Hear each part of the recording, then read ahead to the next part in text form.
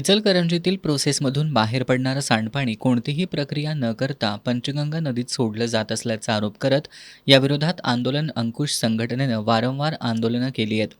संघटनेच्या वतीनं नदीत सांडपाणी सोडण्याचं थांबवलं नाही तर इचलकरंजीला पाणीपुरवठा करणाऱ्या मजले इथल्या कृष्णा पाणी योजनेच्या केंद्राला आज टाळं ठोकण्याचा इशारा दिला होता.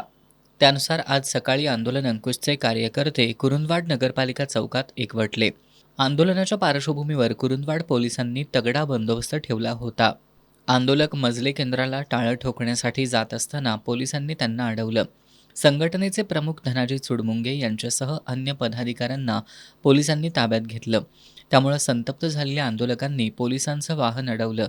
यामुळे पालिका चौक परिसरात तणावाचं वातावरण निर्माण झालं होतं. यावेळी धनाजी चुडमुंगे यांनी पोलीस प्रशासन तसंच प्रोसेसधारकांचा निषेध केला. यावेळी पोलीस निरीक्षक सत्यवान हाके, शिवाजीराव गायकवाड आणि संतोष माने आंदोलकांची समजूत काढण्याचा प्रयत्न केला. यानंतर कुरुंदवाड पोलीस ठाण्यात तहसीलदार अनिलकुमार हेळकर, प्रदूषण नियंत्रण मंडळाचे अंकुश पाटील, अप्पर पोलीस अधीक्षक अण्णासाहेब जाधव, पोलीस उपाधीक्षक विक्रांत गायकवाड यांच्यासोबत आंदोलन अंकुशच्या पदाधिकाऱ्यांची बैठक झाली.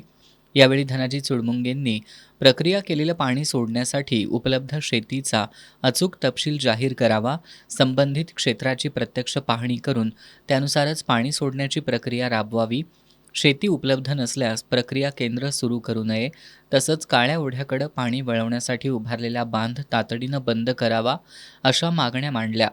या मागण्यांबाबत प्रदूषण नियंत्रण मंडळाच्या अधिकाऱ्यांकडून मात्र ठोस भूमिका स्पष्ट करण्यात आली नसल्यानं बैठकीत कोणताही तोडगा निघू शकला नाही.